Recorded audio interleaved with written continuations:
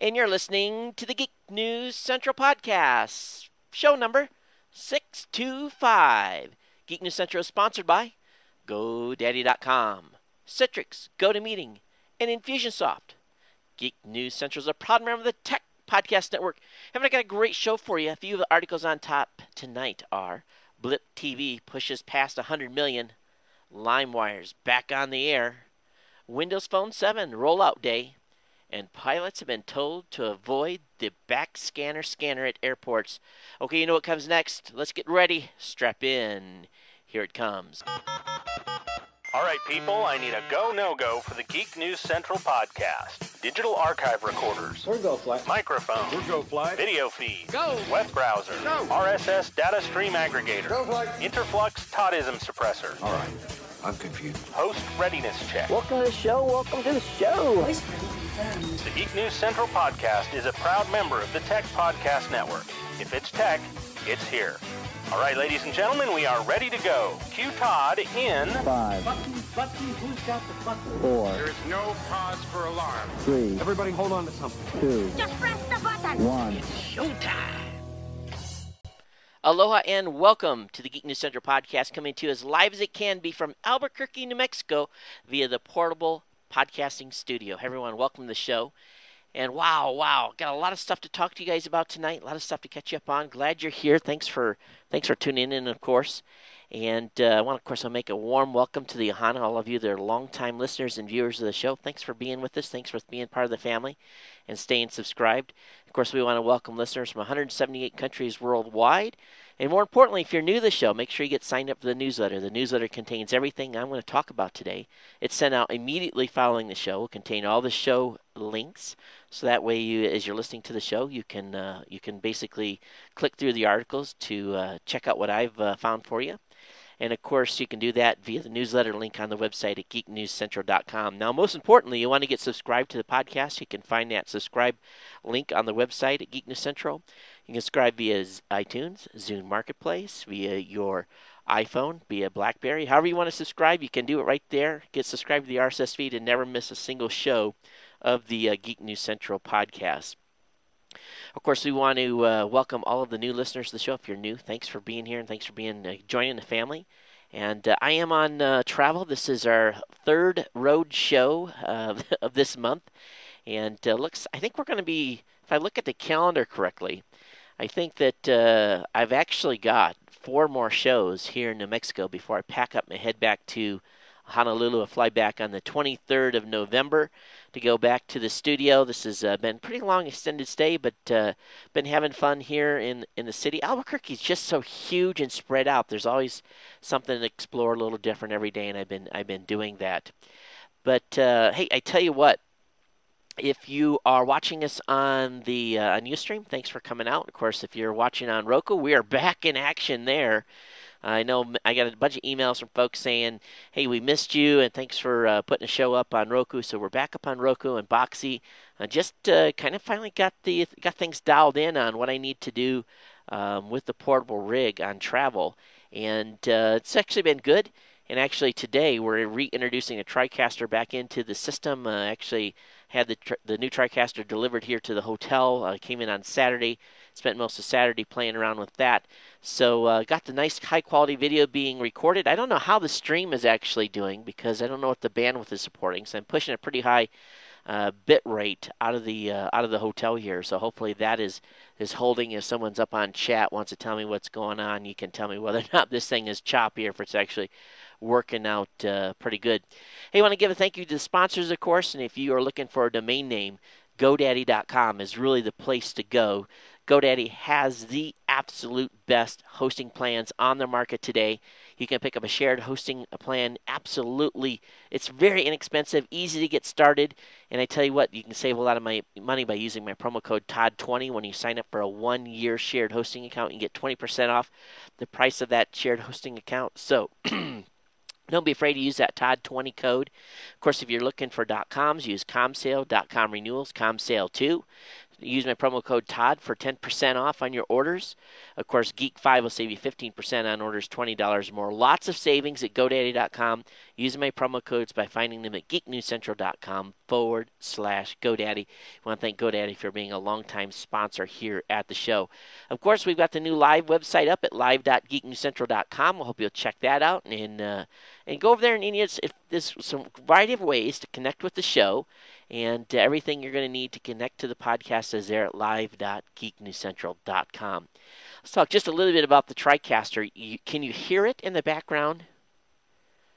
This thing, my poor little studio, it's actually about maybe 12 or 13 feet away from me here in the hotel room. And it almost sounds like an air conditioner running. It's really, really loud, and I'm really concerned about bringing it back into the small 14 by 12 studio in Honolulu. Probably going to have having to buy a hush box for the system. I'm not looking forward to doing that just because the office configuration really doesn't support one of those boxes. But this thing is a monster, and it's it's a full 4U rack designed to take 8 HD inputs. We're only going to be feeding it 3 HD inputs and then 2 SD inputs back in Honolulu, plus our Ohanacaster. So it's a little bit overkill, but at the same point, there was just one step from a 3-channel to an 8-channel. This is actually more than 8 channels if you talk about all the virtual inputs. But so far, I'm really pleased with this thing. And of course, behind me, you can see the boxes that it came in and all the different stuff that I've accumulated here in the hotel room. I think the maids, they came in here and was looking at stuff, and I said, okay, here's the deal. And it's a little bit insane, but I've got 2 good weeks here to get up to speed on this thing and use it, and hopefully it'll save me less pain when I get back to Honolulu. Hey, of course, for all of you that are longtime subscribers, those of you with the show, I just wanted to take just a second and really thank you guys and give you really just an extra pat on the back for being here and being behind the show. I know the show has ups and downs, and it's just like any other thing when you produce 625 episodes. Things kind of run together from time to time. But I do appreciate you guys being here and being part of the HANA and really staying supportive. And those of you that are insiders, thank you for being insiders as well. And it really helps. It really, really does over the long term. And I don't know. I hope I didn't go off too much on the last show responding to a listener's email. But, this is a passionate space I'm in. And there's a lot of stressors involved. Doing this show is kind of my fun time, where I can actually relax and not have to worry about stuff too much. But just like any other business that you're working in, things can get pretty crazy. But thanks for all of you for being here for the long haul. I definitely appreciate it. We're hard to believe that this whole journey started in 2004, and we're now going to be we're starting well into our 6th year already of doing the show, and it's just one of those things. I don't want to just make you guys understand. I don't take you for granted. And I appreciate you very much. And, as always, if you have feedback, and actually I'm going to change something here because I keep looking at the viewfinder. If you guys have comments on the show, feel free to email me at geeknews@gmail.com or call the voicemail hotline at 619-342-7365. Really, it's the content that I put forth is always stuff that I've dug through to find. And if you find something that's more interesting or you have a source for some information, always forward that to me, or comments about the show is always gladly accepted. Well, on Sunday, we opened up the Podcast Awards for nominations. 37,000 impressions on the website was the top number for, I think it came in at about 2 o'clock this afternoon so far, that was the peak. So we're seeing a huge number of nominations come in. Don't forget to tell your favorite podcasters that the Podcast Awards are now open, and tell them to tell their audiences to get them nominated. The nominations are open through the 21st of November. And so those of you that have volunteered to help after nominations are over, I'm going to get stuff ready for you guys because we're going to try to do a very fast turnaround so that we can start voting very, very quickly in the very early weeks of December. So all of you that have volunteered, I'm going to be sending stuff your way, and hopefully you can help me knock it out over the Thanksgiving weekend and actually before the 1st of December. But we'll get to that point later on. If you're watching us on the Roku, hey, make sure you rate the Blue Bearing Tech Podcast channel. Give us a 5-star. We really want that 5-star. That will really help us a lot. If you're in Albuquerque, I talked to Sam on the phone a couple of days ago, and I think I'm going to do a meetup here on Friday. So if you're part of the Ohana and you live here in the Albuquerque area, or if you're within striking distance, you're in Santa Fe or even any of the outlining smaller towns, feel free. We're going to have a little meetup on Friday. Basically just email me, say, Todd, I'm interested, and I'll give you our meetup place. We'll pick some place and have dinner. Dinner will be on me, and come on out and just, we'll hang out and talk geek talk and have fun for an evening. Been on the phones all week. It's been just a busy time to work the lines, working with sponsors, and doing everything else that we do to keep this ball rolling. I do have a signed commitment by a couple of people for CES, so we do have some sponsors on board for CES. I'm really excited about that. That's something we've been working really hard. Matter of fact, we brought on a new sales gal. She's out in Boston, and Carissa is working the phones for us as well. She's doing some stuff out there, so I'm happy to bring her on board and look forward to having a longer relationship with her to work some ad deals for us on some other stuff as well. So things have been busy, but we're still marching forward for CES, and I know you guys are probably going to be sick of CES before CES even gets here, but lots of stuff moving and in a positive direction. All right, let me look at my little list here. I think I've got everything worked through, and take care of a little business here, and then we'll get right into the tech for the show so that you guys can get the content that you came for. Hey, picture this. You're on the phone with a client or a colleague, and you're trying to explain something to them. You're trying to walk through a proposal. You maybe have some graphics that you're working through. And really, we're all visual people. We want to be able to see stuff. And really, working the phone lines, that just doesn't happen. It doesn't work out real well when you're trying to describe something. So it's frustrating that they can't see what you're seeing. So this is an easy solution for that. Use GoToMeeting. If they go to GoToMeeting.com, you can hold an online meeting instantly. Basically, you go over there, you give them a little code, they log in, bam, they can see your screen, you can see theirs if you need be. You can set up a meeting in advance or right on the fly, which I've done several times in the past couple of days. And really, it's just as simple as going to GoToMeeting.com. And, you can show them what you're talking about and really get that point through. You don't have to get on an airplane and go someplace. It's all about the visual, and really you can use their voice IP services with the service as well. So that way you don't even really have to be on a phone line. If you've got a microphone on your computer, that'll suffice, and you'll be able to talk with the client. You guys know that I've used GoToMeeting for a long time. It's a part of my business arsenal, and it's part of my arsenal. It's part of my tool package that I pull out and go to work with every day. And as a listener of this show, you can try GoToMeeting free for 45 days. Visit GoToMeeting.com, click the Try It Free button, and enter the promo code podcast. GoToMeeting.com, click the Try It Free button, enter the promo code podcast for a free 45-day free trial. That's 45 days of unlimited meetings on me. If you do a trial, send me an email. Say, hey, Todd, I started a trial, and hook you up with a nice a little gift as a way of thank you for supporting the sponsors here at Geek News Central. All right, let me go ahead and bounce into our content tonight. And I've got a nice stack of stuff. Not as much stuff as the last show. I think I was 42 or some articles on the last show, and actually I had missed a couple as we were going through stuff. But Samsung has confirmed Continuum dual display Android handset for Verizon. And this is just all over every major tech blog today. I'm not going to spend a lot of time on this, except, Samsung, man, they're really cranking. You look at what they're doing with Samsung IPTVs. You look at what they're doing with their tablet. You look at what's going on with their phones.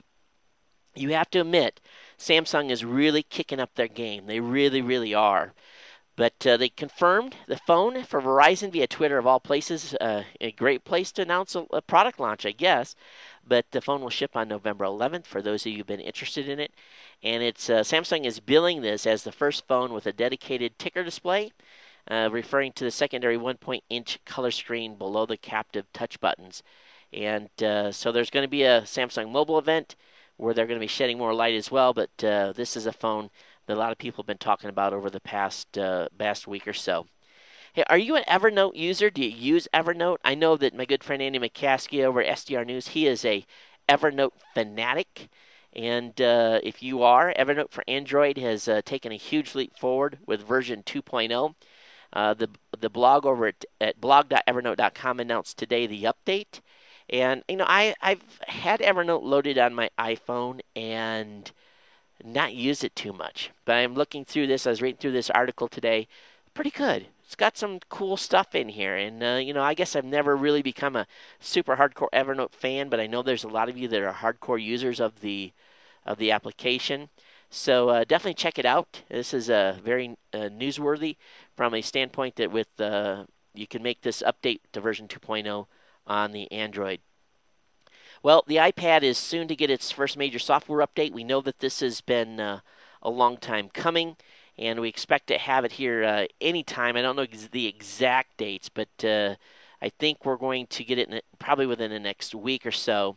But here's the deal. What we're going to get with iOS 4.2 for the, did I say iPhone? Excuse me, iPad. We're going to be getting a multitasking, which has already been available for the iPhone. We're going to get folders. We're going to get an email unified inbox, which would be nice. We're going to get a game center, and I haven't fully figured out what that's all about. And maybe just because I'm not a gamer, maybe this is a feature that's already on the iPhone. I don't know. But Game Center is supposed to be Apple's social gaming hub. That's going to be put out in the new update. AirPrint is going to be very cool. And this is something I'm really excited about. Probably the biggest feature that I'm really jazzed for. But AirPrint allows you to wirelessly print from your iPad, and so this is going to allow you to discover printers on the local network. So I'm just going to be kind of curious to see how that goes down, how it's going to work with printer drivers and everything else. AirPlay is going to be able to be available. This is where you're going to be able to hand off. You're watching it, let's say Netflix, on a video on Netflix on your iPad, and you walk up to your Apple. You basically go sit down in front of your big screen TV, and you turn your Apple TV on, and you'll be able to hand off to the Apple TV, and it'll pick up where the iPad left over. So there's some new features in Safari as well. So some major updates to the iPad, and look forward to those. There was an article out today also talking about the significant impact that the iPad has had on notebook sales, and where finally manufacturers are starting to acknowledge that the iPad is having this really negative effect on notebook sales. I was in a meeting, when was it? I was in a meeting 2 months ago with a group of people that I'm working with here, and I was the only person that had an iPad at that meeting. I had a meeting on Friday where almost the same group of people, and of course I use my iPads exclusively, very much in meetings. I use it to take notes and so forth. And in the same meeting with about the same parties, that had shifted. Now that there was probably 50% of the room had iPads. And so I kind of got to asking folks, why did you buy an iPad? Well, they said, well, we were kind of looking, when you were out here last time, we were looking at what you were doing with yours, and we thought it was cool, and a bunch of them went out and bought one. And I'm finding I can go a number of hours without having to use my notebook, where I can strictly use my iPad. Now, it's still not 100% for doing, it can't do proposals and that kind of stuff on it. It just doesn't make a lot of sense to do that. But for just basic email, surfing the net, doing social media stuff, Twitter and Facebook, it's perfect. It really is. And then, if you get bored, you can load up a solitaire game or, read the news on some of the different apps that are out there. So, as a matter of fact, I think we've got a couple of major app announcements today, but that I'll get to later in the show. But they're saying that the iPad may ship like 48 million units in the coming year, which is just completely an amazing number. It really, really is. Hey, there's an article over on Media Week, and I've been noticing as I've been surfing the net that I'm just getting inundated now with more and more and more advertising on websites, more aggressive advertising that's popping up and overlaying, and it's almost impossible to close. I know many of you are using advertising blockers, but what they're saying over at Media Week is that the web is awash in ads, as what's happening is supply is outstripping demand, which is pretty crazy. And they're saying here in this article that the problem for web publishers is a textbook case from Economics 101, where supply is far outstripping demand, where U.S. ad impressions hit 1.3 trillion in the third quarter, a 22% increase from a year earlier, with the increase being good news and bad news, where people are clearly spending more time online, but publishers are locked in an unsustainable arms race to eke out a profitable business. And I was actually talking with Jeff, one of my team members from Raw Voice, and we're talking about strategy for Q1 for advertising and trying to figure out why more advertisers are not jumping into the new media space. And really, they're scared of the user-generated content. Many companies still are really, when it comes to user-generated content, they they kind of back away from it. And where folks that are actually setting up dedicated networks underneath dedicated brands are having a little bit more success. So it's an interesting movement. It really is, and what's going on in the ad space. But I noticed this. The web being awash in ads every day, and it just seems to have gotten a lot worse, and people getting a lot more aggressive in the type of advertising they're putting on their websites. So pretty cool. Well, not cool, but interesting move. We'll see how long it's sustainable. And the thing is, when was the last time you actually clicked on a banner ad? Have you done one lately? Come on, you can be honest with me, and you can email me and tell me when was the last time. This audience is big enough. We should be able to find out. I bet you there's at least 2% of you that are in this audience that have clicked on a banner ad on some site within the last week. At least 2%, maybe 3%. And you guys want to fess up who you are and why did you click on an ad? What made it interesting enough for you to do so? And what are you guys doing when you're seeing stuff online today? How are you reacting to it? Kind of curious to see what most people are doing. I know we've got a lot of hardcore fans that write the show all the time and tell me what they think. Oh, if you're a new listener and you have never written the show before, I'd love to hear your opinion on online advertisements today. So geeknews@gmail.com, or you can even call into the voicemail hotline and leave your voice comment at 619-342-7365. If you're a fan of the Washington Post has launched its app for the iPad today, and it's available. It combines the Post trusted reporting analysis with innovative, what they're saying in their press release here, innovative social media and sharing capabilities, and award-winning multimedia to provide an immersive news experience for iPad users. How long did they work on that first paragraph? That's a good one. That was nice. Nice copywriters on that one. So anyway, if you're a Washington Post fan, it's available in the App Store now. Hey, congratulations to Blip TV for soaring past 100 million views for the first time. Blip TV, the online video startup, which has, I host a lot of media over there, especially a lot of our content that comes up from shows that we do. But the company did more than 100 million video views in October, specifically 113 million views, and they're on pace to go over 140 million views. And one thing I thought surprising here was something they said at the very bottom of this article. It said some show producers are generating revenue on a $500,000 annual run rate for video content. And that's keeping producers loyal to the company, encourage them to make more episodes, creating more views, and thus generating more revenue for both the producer and Blip. Here's the problem. It just blows me away that they're generating this many views, because you go to the Blip's website and you can't hardly find nothing. You use their Roku app, and there's hardly anything. My content's on the Blip.tv app on the Roku as well as our own, and yet I can never hardly find any content over there. So it must be because everyone's using the embeds on their website and so forth. But congratulations to Blip. Good on them, and it's nice to see that they're doing well and obviously generating revenue. They've hired at least 10 sales staff people this year, and that is a big part of revenue, of having 10 salespeople. Just think about that. 10 salespeople that's almost a third, I think, of their staff It does nothing but sales. Makes you just, click your head a little bit, say, really does. Over on excuse me, um, over on Adweek, they're talking about the Google TV and the challenges that Google TV is running up against. And all of us on this side of the fence are saying, the major TV people don't get it. The major TV people on the other side are saying, no, the Google can't have it. They're going to be stealing away market share. But I disagree with the premises of this article in that Google is basically failing, and Google TV is failing. They're a big company. There's going to be some challenges, and we'll see. We'll see how this ends up flushing out. But this is all about control, folks, and Google's here to shake the tree up. And whether you like them or not, they've got a pretty big hand to be able to shake the tree pretty hard. All right, today was another top article that was all over the place. And if you've been online at all today, you probably have already heard about this. I've heard about Rock Melt.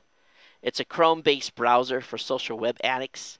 And I haven't downloaded this, installed it, but basically this thing is designed to really, for those of you that spend a lot of time on Facebook, do a lot of time on Twitter, a variety of other social media websites, this integrates Facebook into their browser with some Twitter on one side of the margins or the other. And, so there's been I read through maybe 10 different articles talking about this, and some people love it or they hate it. There really isn't a lot of people in between, but the consensus really is that they're probably going to have a hit on their hands here and are probably going to make a lot of money. But it's actually a browser that requires you to log in, which is kind of curious. That we're all not used to doing that. But there's an extensive extensive write-up on this on arstechnica.com. I have this link up in the show notes for you. But again, you can find the new browser at rockmelt.com. And I believe one of the venture funders on this is, where did I read it? It's one of the original Netscape authors, I believe. So anyway, I have this link up in the show notes. You guys will probably find that information. Probably don't care about the investors in the company, but they think they may have a hit on their sides. Every year, the United States government puts together a list of what they refer to as notorious markets for peer-to-peer and copyright infringement. And what it is the U.S. Trade Representative published this list for years as part of a process where they get input from the industry called the Special 301 process.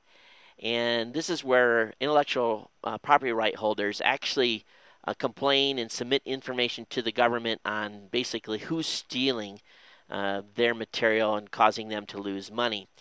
And I went down and I was reading through this, and basically what's going on here is this list is basically kind of like a top 10 list of bad boys. And the first thing they listed on this was the peer-to-peer abusers. A couple of websites I've never heard of: btjunkie.org out of Sweden, Demonot out of the Ukraine, ISOHunt out of Canada, ruttracker.org out of Russia, of course the Pirate Bay, we all know, out of Sweden as well. And then a whole bunch of sites coming out of Mexico and Korea, and then some news group sites. So, and even they go after Usenet as well. So they get this list, they put it up online as the bad boys in the space. And so it's one of those things that they do every year. But it is kind of interesting that the U.S. government really goes to bat for these companies to put together this list. And there really is no private citizen input to this. But it is an interesting engagement that they do each year.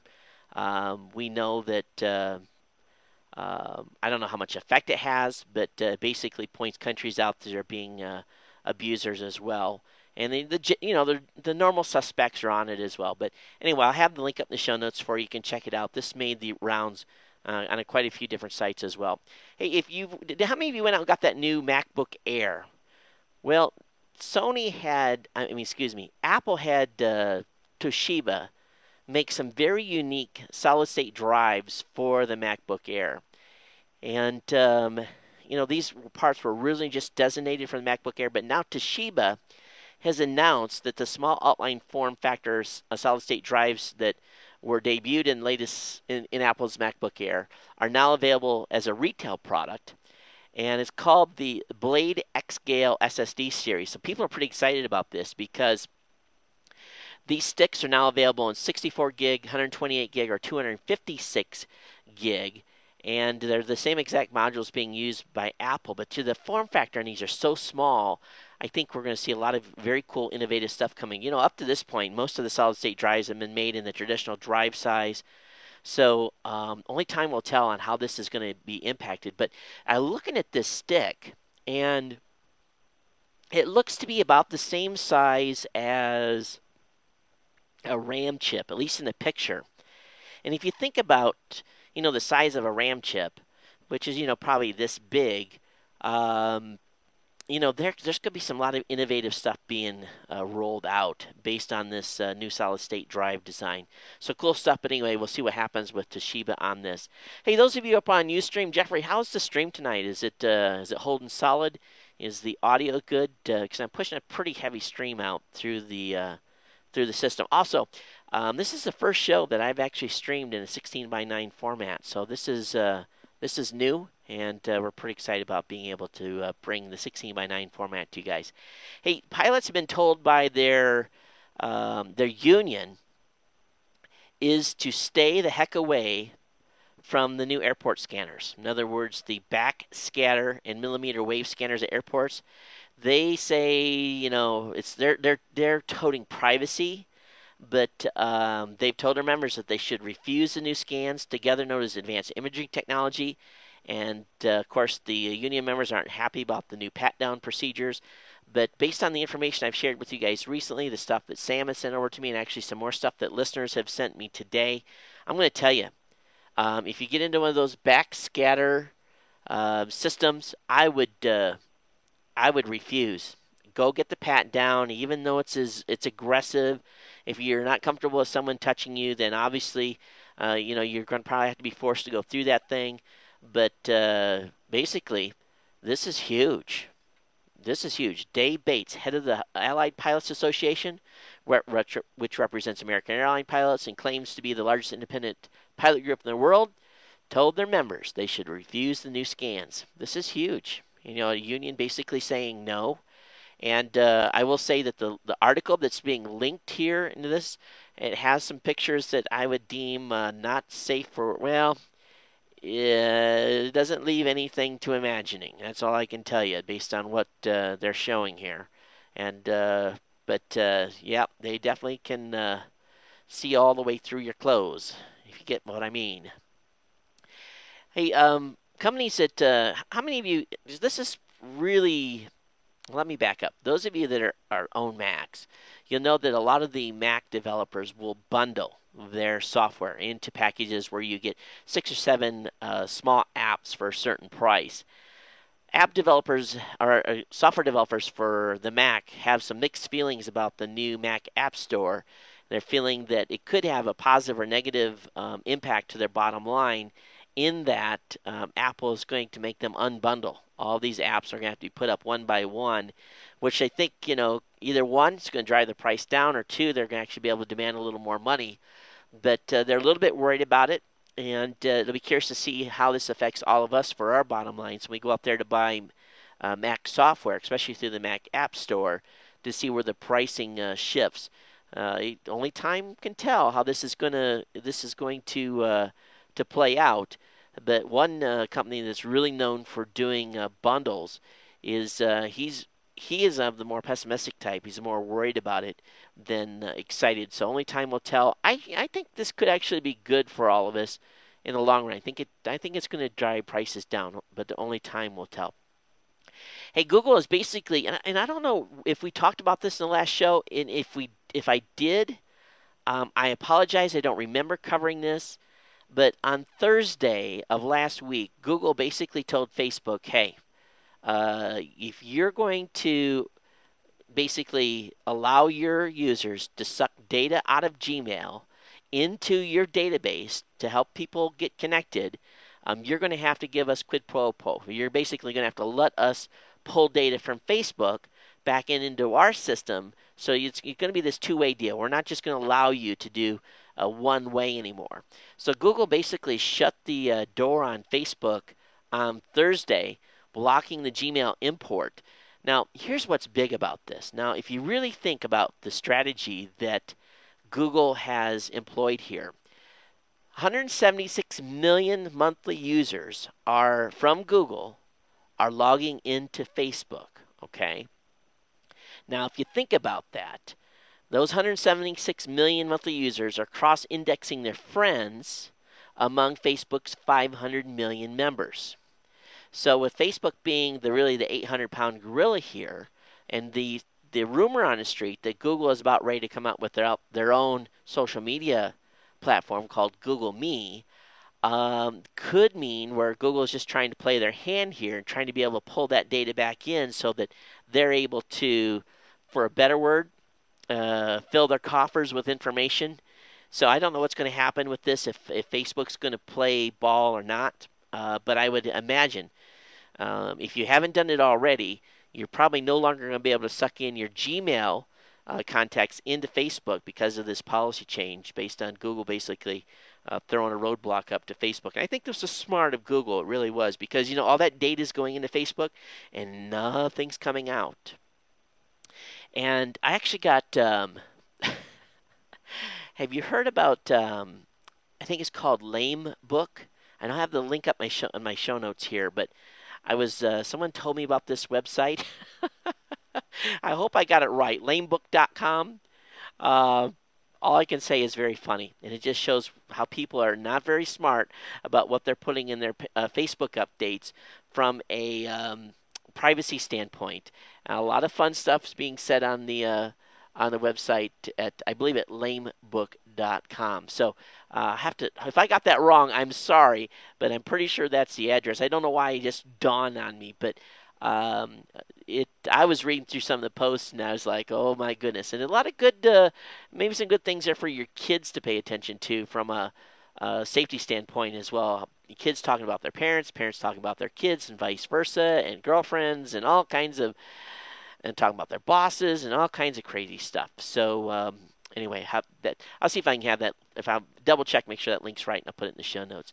Hey, Windows Phone 7 has went on sale today, and even though people weren't busting the doors down to pick these up either at T-Mobile or AT&T today, retailers said that the buying of the new phone was very strong. There was no comment from either carrier today on basically what the volume was. But here's some interesting stats. If you are an app developer, this might be a good time to consider doing a Windows Phone 7 app. Windows Phone 7 customers today will have access to nearly 2,000 apps and games in the marketplace. That's double the 1,000 apps goal that Microsoft set in early October. Of course, that number pales in comparison to the Android market, which has about 100,000 and 300,000 on the Apple App Store. But it's always good to be early. And if there's only a couple of thousand apps, there's still going to be a huge number of phones sold throughout the world. This might be a place to drop an app right now. Get in early. It's always good. Those of you that have got Google TV in your homes have picked up either the Sony Blu-ray player, picked up the Logitech device. You know that there's been a workaround where now for the last week or so you've been able to go to fancast.com and you've been able to access NBC, ABC, CBS, Fox, and some other stations as well. But Google today shut down fancast.com, so no longer will you be able to get access to those. So again, the battle continues, and Google's trying to play nice at this point. But if you're getting in through that back door has been shut down. Now Symbian, of course, Nokia has taken control, and this is something that's new. It was announced today. Nokia has retaken control of the Symbian software. You may remember that it was a couple of years ago where Nokia bought the Symbian operating system, and they had given this to the open source community, and it was being managed by a nonprofit foundation So basically, I don't know how they could just take the software back, but anyway, what's going on here now is the foundation will be all they're going to do is do the licensing for the software, and Nokia is going to take over the development on it. So, Nokia's between a rock and a hard place. They really, really are. They've got some good phones out there, but they're really locked into this infrastructure, the Symbian infrastructure. So we'll see what happens where they make some moves with their phones. Of course, they've done some deployment on some different operating systems as well, but definitely a little bit of shakeup in the Symbian space from Nokia today. So we'll keep an eye on that. If you are flying on the following airlines: Delta, Virgin America, AirTran, between November 20th and January 2nd, man, carry on your laptop, folks, because some sponsorship dollars have come in from Mountain View. Google is offering in-flight Wi-Fi free to holiday travelers flying on those 3 airlines. So again, between November 20th and January 2nd, Delta, Virgin America, and AirTran. If you fly on any one of those airlines and you use that Wi-Fi, send me a report. Do a speed test. I want to hear how well it works when a lot of people are using it for free. Hey, over in the UK, a hacker has attacked the British Navy website and basically defaced it. We're able to get access to some administrator passwords with a SQL injection attack.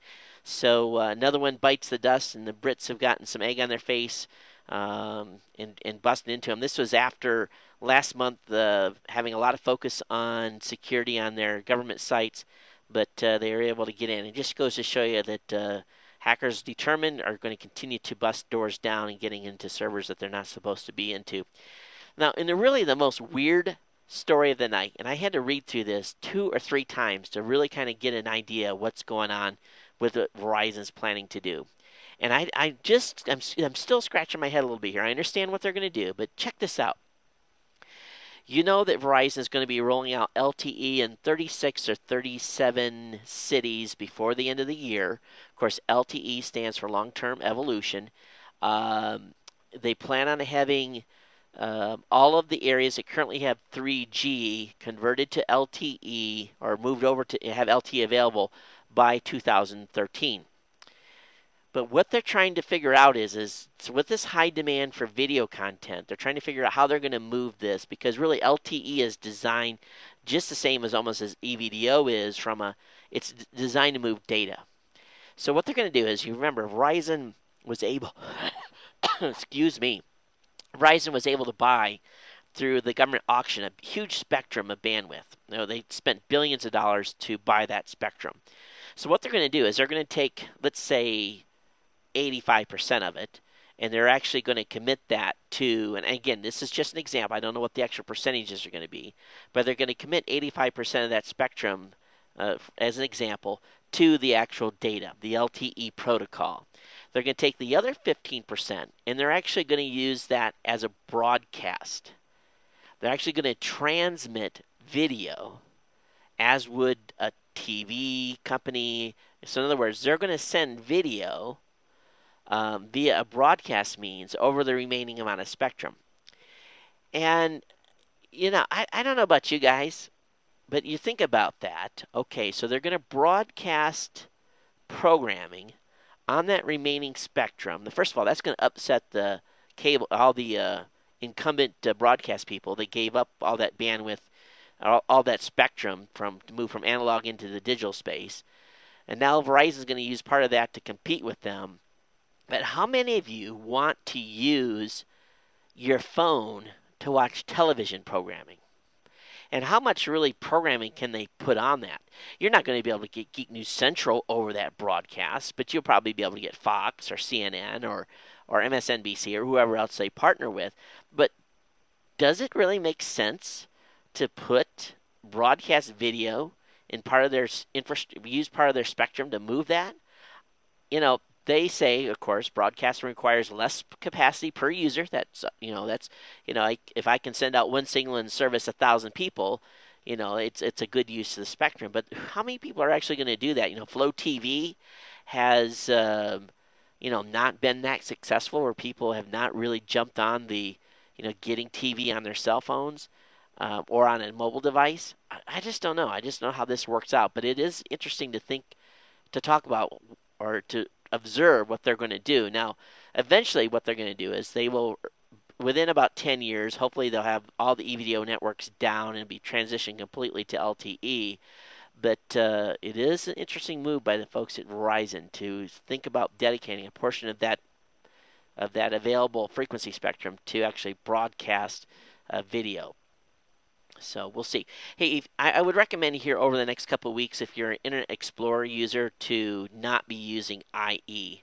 Unless you're using the beta of IE9. If you're using the beta of IE9, you're safe. But there's a new unpatched IE bug out there that is really a nasty one. And there's actually a 0-day kit where some hackers are selling this package basically for $100 or so. People can download this package and then set this up across a variety of websites. And when you drive by one of these websites, bam, they got you. They own your machine. So stay away from Internet Explorer for the next couple of weeks. Microsoft is warning people that the attackers are targeting Internet Explorer with an explicit exploit of a critical unpatched vulnerability. And they may be doing because it's not going to be patched on Patch Tuesday, they may do an out-of-sequence update for all versions of IE except for IE9.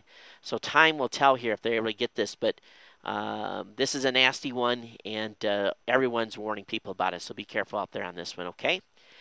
Hey, the TSA today banned toner and ink cartridges on planes. So if you're going to be flying and you're going to go somewhere with a printer, the U.S. has banned toner and ink cartridges from passenger aircraft in the wake of last month's bomb plot. And the printer cartridge ban affects cartridges over 16 ounces. Okay. This is 16 ounces right here. So I don't think you have ink cartridges bigger than this. So if you're shipping a small printer with a small ink, I don't think you've got anything to worry about. But yeah, 16-ounce printer cartridges. Interesting. How big of a printer would that have to be? That'd be like a commercial one, right? I guess they're thinking more on the laser printers and so forth, maybe. Hey, a big win on the Creative Commons front today. A Belgian court has ruled that violating Creative Commons subjects individuals to copyright infringement. There was a case that was tested out there recently, so good to go on that, and that's a big win for the Creative Commons folks as well. I want to look over here, and Miss Small Biz says, hey, Todd, still got GoDaddy promo codes? GoDaddy having a sale on SSL. Hey, you know what? Go over to geeknewscentral.com/GoDaddy. I've got an SSL code over there for you. Save you a lot of money. Miss Small Biz. Saw that on chat, so I thought I would respond. So anyway, in regards to that article, again, huge win for the Creative Commons. And of course, we haven't really had any precedent-setting cases in the United States yet, but it is to see that it's being supported internationally. All right, so, I've had a couple of patents. Actually, Raw Voice has had a couple of patents in play for a while, and we've had some difficulties getting those patents through. And it's just one of those things. It's very hard to get a patent issued today. But the Patent Office has made it harder to reject patents for what they're calling is the obvious rule. So it just gets it's still crazy on what's going on over there.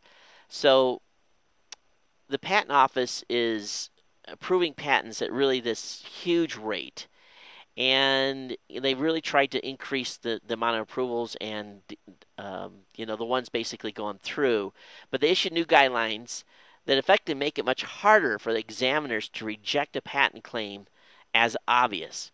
And for years, one of the biggest problems the Patent Office has had that it's approved all kinds of obvious intentions as patentable. So patents are only supposed to be given for things that are both new and non-obvious.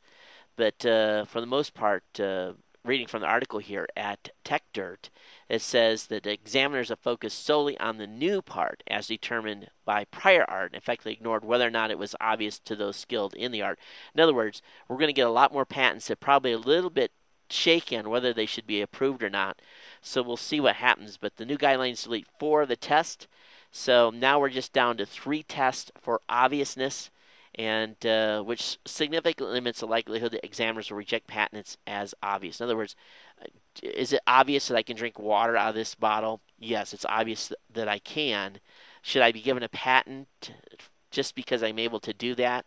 It'll be easier for people to get a patent when they're able to, because of this new ruling. So we'll see how this affects the lawsuit rate for patents out there. All right, let's talk about the Hadron Collider. Boy, oh boy, oh boy, is all I can really say here. All right, we've known this has been coming for a while, but what they want to do is they want to do some mini Big Bangs. Do we really know what the Big Bang, how many or how large the Big Bang was that started really the creation of the universe? Well, I don't think anyone was around for that. At least I'm not familiar with anybody. So what they're going to do is that this new process will involve shooting lead ions through the 17-mile long collider and accelerating them to a relativistic speed before colliding them head-on with protons. According to popular wisdom, this should cause an explosion, resulting in the creation of brand spanking new particles. It says although similar experiments have been conducted on a much smaller scale, this will be the first time scientists have attempted to accurately recreate conditions exactly like the Big Bang. I think if they really are successful, we won't even know what happened. I think it'll just happen so fast, we'll all be just like, poof. This makes you wonder, what created the Big Bang before? Was it some guys that were, billions of years ago that were messing around with a Hadron Collider? Hey, there's a great article over on Geek News Central that contributing writer Jeffrey Powers wrote about an experience he's had recently in Best Buy. And we all know that everyone that works at Best Buy is highly trained, and they they're up to date on the most accurate stuff for the technology out there. I think you'll get a kick out of this article that he wrote up, basically his experience in going in to buy a Roku. And if you want to make sure you get a Roku and you get the right device, just go to Roku.com and buy it online. Jeffrey had a little bit of challenge in a couple of Best Buys recently that left him pretty disgusted. And actually, sales clerks trying to lead him down the Golden Brick Road and buying something that would not have really have suited the purpose that he was looking for. Okay, let's go ahead and talk about. You guys remember those movies from those old-fashioned movies from the early 1900s where people were trying to demonstrate flying machines? Well, over on Gawker at Gawker.com. Over the weekend, Red Bull held what they called a flug tag contest for homemade human-powered flight machines down in Sydney, Australia over the weekend. So a lot of people created all kinds of interesting flying devices. They had a nice launch pad, and the ensuing images here look a lot like videos that were taken in the early 1900s. People have not learned a lot in the last 100 years or so on how to develop very successful flying machines that are either human-powered or glided. And some folks gave their college try, and I think you're going to get a good kick out of most of these images. Needless to say, a lot of people got wet because they launched off a platform that went straight into the water. So I'm sure you'll get a smile out of it. Hey, if you're a Bloglines user, Bloglines is getting a reprieve as well. Of course, Bloglines is owned by Ask.com. Apparently, it's being taken over by Merchant Circle. I have no idea who they are, so it looks like that Bloglines will survive its doomsday countdown of December 1st, so it looks like they're going to be online for a while. All right, let's talk about LimeWire. LimeWire has been resurrected by a top-secret development team. You guys know that last month the LimeWire client was effectively outlawed in the United States after a U.S. federal judge granted a request from the RIAA to shut down the software. Not even a month later, it's back.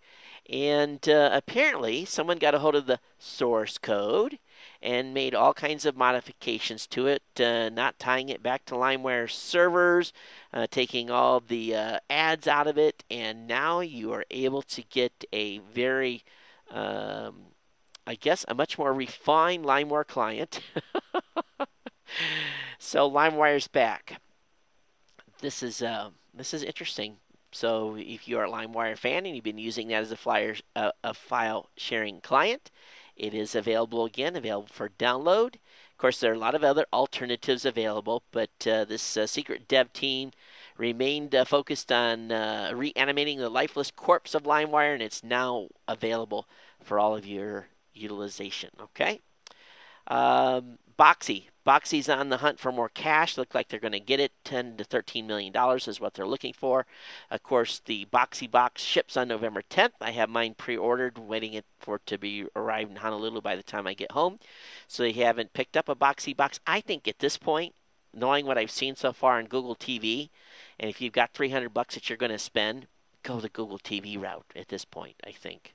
I think it's still going to be, in the long run, it'll be the winner.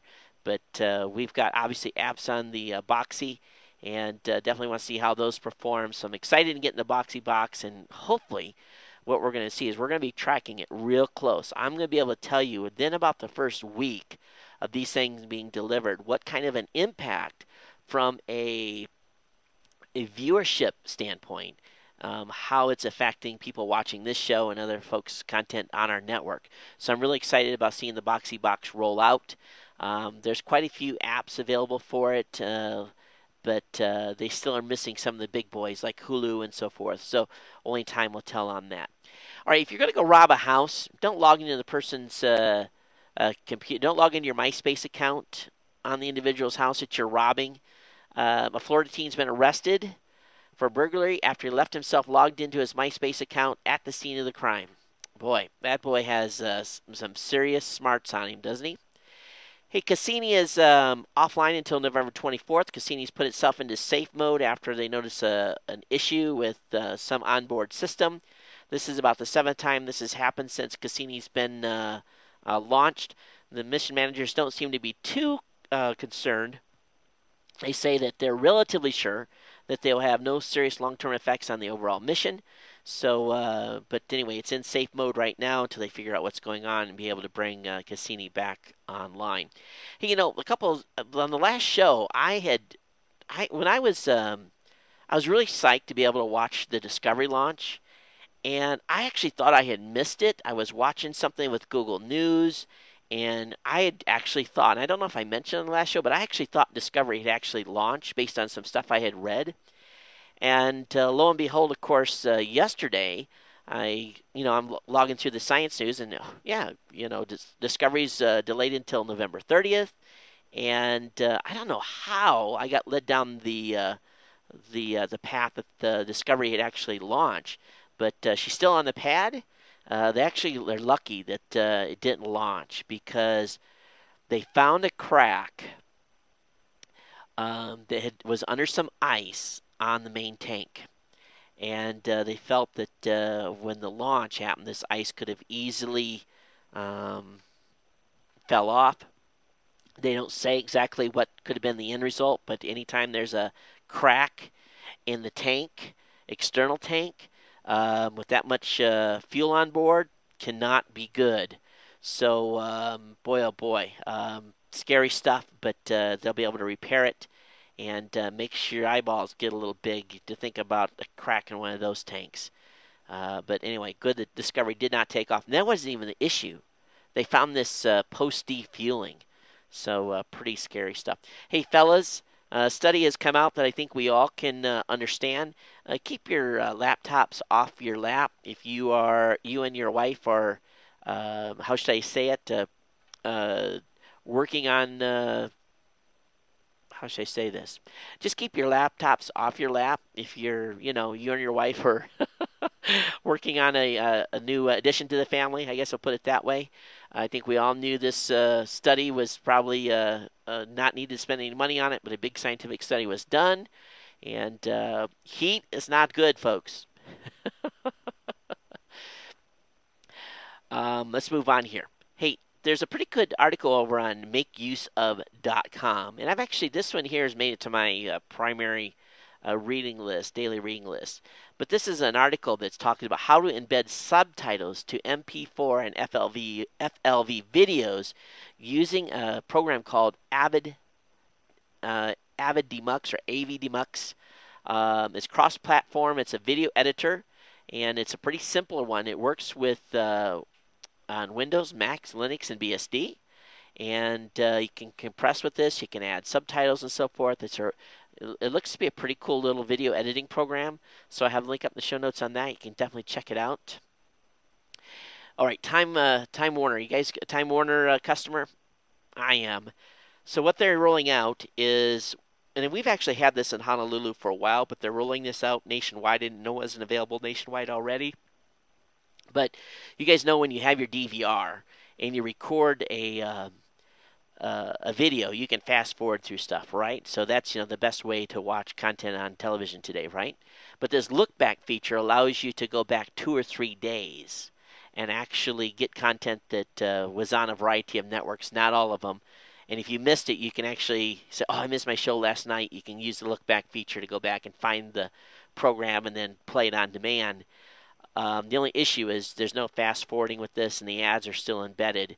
So this is being rolled out to customers in New York, New England, North Carolina, South Carolina, Ohio, Wisconsin, and parts of Texas. And again, there's some limitations on it, no fast forwarding or so forth, but that will be coming to your marketplace pretty shortly. Hey, good article, or good podcast over on the Zune Insider. The Zune Insider Podcast 93 talks about the Kinect. And I'm far enough into the show that my sister called me on Saturday, and she said, "Todd, do you have an Xbox?" And you guys know that I bought an Xbox 360 a month and a half ago, and we don't have a lot of games. Right? Well, I think I got one game for it because I've been using it as a media extender instead of a gaming box. We're really, as a family, heavily invested in the Wii. And she says, I was able to get you a Kinect kit. Do you want it? And do you think that would be a good Christmas gift for the kids? And I'm like, yeah, because if you haven't pre-ordered them, you're not going to get one. So she's going to be, the kids are getting a Kinect for Christmas. I hope the kids don't watch my show. And so how many of you picked up a Kinect? How many of you have used it already? I'm kind of interested to hear your feedback on it, whether you've got one or not. But on the Zune Insider podcast, it's podcast 93. They talk about the Kinect launch, the Windows Phone 7 launch, and a Zune promotion as well.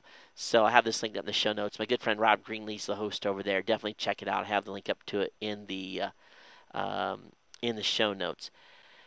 Okay, there's an article that didn't load. I think that's it for tonight. I guess I don't need to talk about this. But I do have some, we're good time here. All right, I have 2 voicemails. I have not previewed these already, so I don't know what's actually on these. Have some emails as well. If you've got comments on today's show, geeknews@gmail.com, geeknews@gmail.com.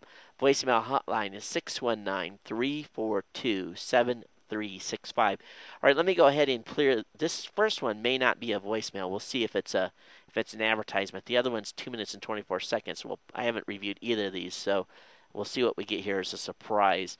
And those of you that have been up on Ustream tonight, has the audio been loud enough? I guess that's the question. Does it sound low or high tonight? Love to hear it in the chat. Okay, here we go on the first voicemail.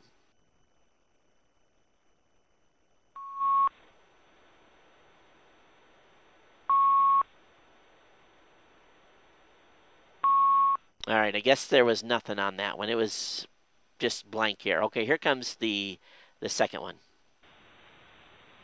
Hey everybody, this is Valiant 886, and excuse me, I got an answer for the question about any alternatives to Google 411, and I found one by accident, and I don't know if it's free or not. So if anybody finds out, that would be great. Anyway, it is Bing 411.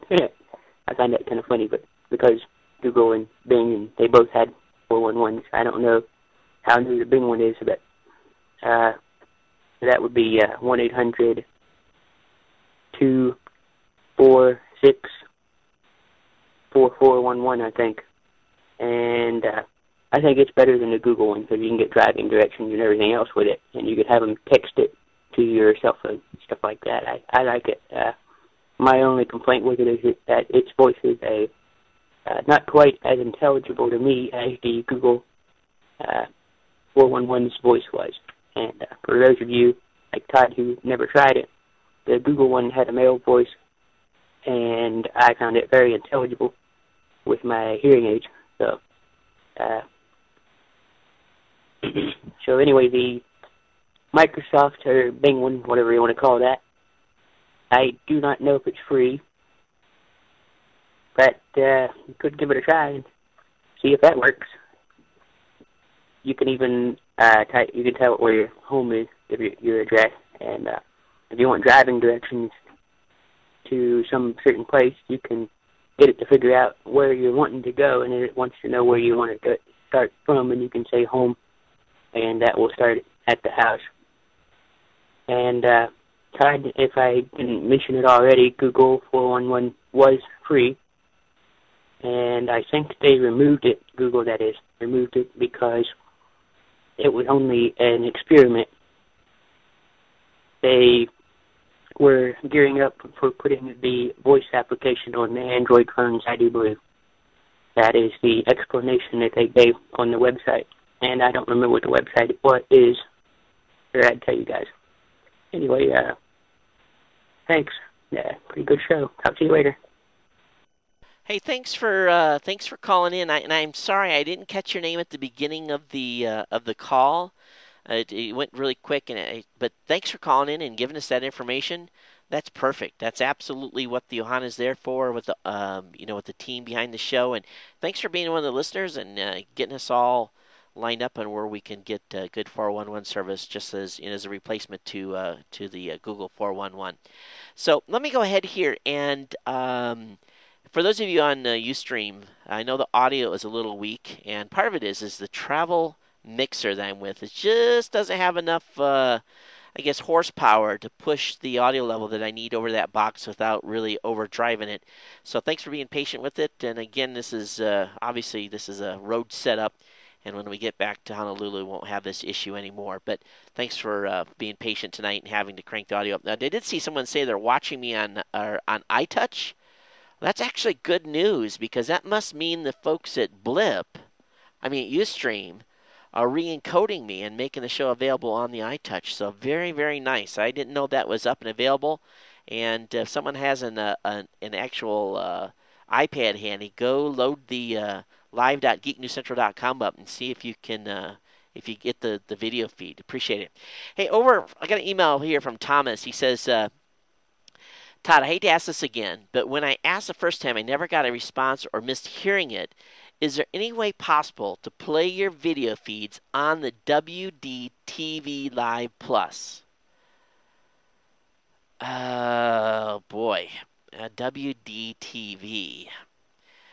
Okay, someone maybe in the audience can save me here. WT. Let me paste in and do a quick search, if I can do a quick search.